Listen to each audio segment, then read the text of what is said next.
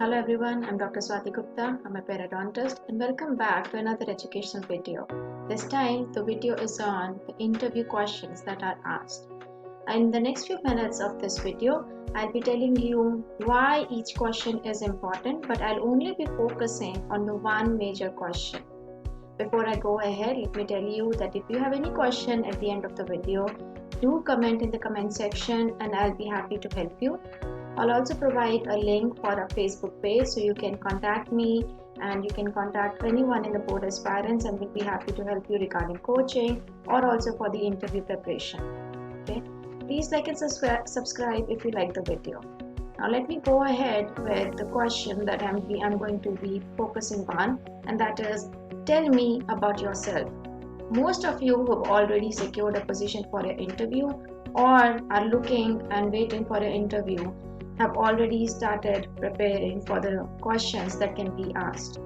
So the first question that you would have read in Google or blogs or your friends would have told you is, tell me about yourself. So let's look at this question in a different way. What do I want to tell you about me when I first meet you, right? So the school is meeting you for the first time. Now these days the interview will be done on Skype, but initially you used to go to the school. That's why it was said that your interview actually begins the first time you make contact with anyone from the school, be it the administrator, be it anyone from any kind of administrative level, or the assistant professor or any resident that you make contact with. Because from there everyone starts assessing you. Are you their potential resident or a potential DDS student? If I have to look at this question about what do I want to tell you about myself, now there can be many answers to this question. And that's why I'm telling you that there is nothing like one size fits all. If someone would have answered this question only talking about their professional achievements, we would not characterize that answer as an ideal answer. Maybe someone would have talked about their personal achievements or their personal behaviors. Now that can also not be characterized as an ideal because that's what they wanted.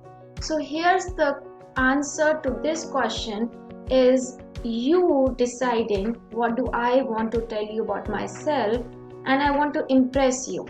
Since it's the first question, now because of the Zoom you might have not been able to go to the school, so you've not made any kind of contact with anyone. So this is the first question the director or assistant professor, anyone who's interviewing you, they're asking you to make some assumption about you. Now it's up to you how I want to portray myself in front of you, in front of the person, and how I can impress you with that description of myself, right? So considering that there is no one size fits all answer to this, it depends on a person's personality. But still, in this video I'm going to give you certain ideas on how you can approach this question, and then you can make your own answers depending on how you would want to talk to them. Now we've understood the basic, that the reason they ask you this question is to know you and also to establish some kind of connection. It's an initiating point, right? You meet someone in a coffee shop, or you go on a date, or you make a friend. The first thing you ask anyone is, tell me about yourself. And the same thing is asked in an interview. So it's nothing to fret about or nothing to worry about, because there is no right or wrong answer. But the only thing that we should be thinking about here is to show them certain qualities of yourself which are related to dentistry. That's the only thing that you should be worried about in this question. You should be talking about everything that can somehow tell them your inclination towards dentistry if you're applying for DDS, or if you're applying for residency, they should be having an inclination why this particular specialization. I'm going to give you an answer that I gave in my interview, and why do I think that answer tells a lot about myself. Okay, So when I was asked, tell me about yourself, I just don't want you to know me as a person who's a periodontist or as a person who does a lot of research. I want to know you why I am this person. So you introduce yourself first. And yes, don't have to introduce your name, I am Swati. No, they actually know it from your resume. So don't do that, okay? You can always just say a very cordial good morning or a hello, and try to be very nice, try to be pleasant, try to smile a bit, not overdo it. And initially tell them where are you coming from. Now in US, even if there are so many foreign nationals, or even if you are in US, you are an American national, it would be nice to tell where you're coming from. The reason is it kind of loosen up the environment. When you talk to someone, you tell them, hey, I'm coming from here, I have this one in my family. The conversation actually starts becoming more relaxed. You start feeling relaxed. So I would suggest that, again, I'm not saying that this is the ultimate recipe to answer, but this is a suggestion that when you actually open up a statement of telling about yourself, you would probably start with, this is me, I'm coming from so and so place, I have this person or so person in my family. And now when you've actually relaxed, then between the tension, the initial nervousness, now you can talk about what you want to talk about. So how I answered is the same thing I told you. I started with, this is me, this is what I have done, this is where I'm coming from. And now I want actually the school to know what kind of a person I am. But like I said, and I told you initially, that what I want the school to know personally should have some kind of relevance to my professional goals or to my professional work that I have done before, right?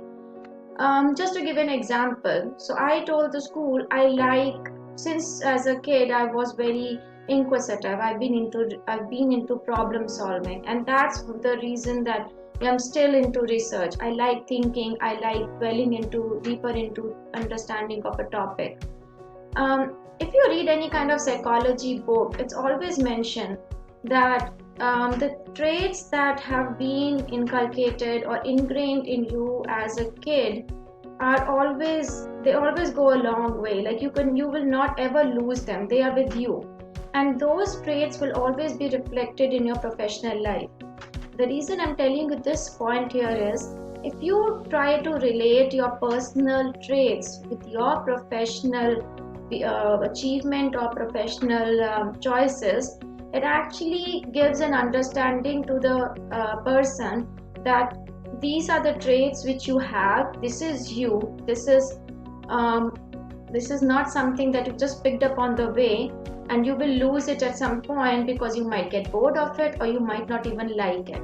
Okay, so what you have as a kid or what you've been raised with, values you've been raised with, stay with you. So when I tell them that I'm into research, they do understand that I've been actually doing this from a very long period of time, and I will always continue it somehow in whatever I do. Some people don't even know what their personal traits are. So for you, I will tell you this. I would suggest is that a small exercise. And now what you can do is start with a very basic question. Maybe, why did I even do dentistry? Why did I even think about dentistry? Now everyone will have a different answer to this question. Maybe your answer is, I like treating patients. But go deeper into that. What do you achieve by it? Why do you like treating patients? Is it the giving part, the community service that actually makes you happier? Or is it the artistic work that comes with dentistry makes you happier? What is it? Go deeper into it, and then you will probably learn about one of your qualities. I like treating patients because I'm into artistic work. I like treating because it makes me happier. Community service makes me happier. Bringing smile to a patient makes me happier. And then you can go back into your nature as a kid and probably come up with some kind of trait or any example that you can relate with that particular trait of yours. It's always preferable that you do not make blanket statements like, I like service, I like giving, I like making people smile. No, there should be some kind of story to it. just for an example, that if you say that I like to treat patients, or I like dentistry because everyone in my family is a dentist. Now that means you've actually grown up watching everyone doing dentistry, or talking about medicine, and then you can probably relate it to your own nature, some personal experience that might be related to this story. Okay. Having said this, so we moved on from where I'm coming from to my personal trait. Now there should be 3 to 4 personal traits with a story that you can link in your professional goals. I've been doing voluntary service. I used to do a lot of charity, as a kid or something, and now I want to be a dentist. I want to give to the community. These are just examples to make you think a little deeper. Yes, this question needs a little in-depth understanding of your own nature, because then only you can convince them that this is what I do.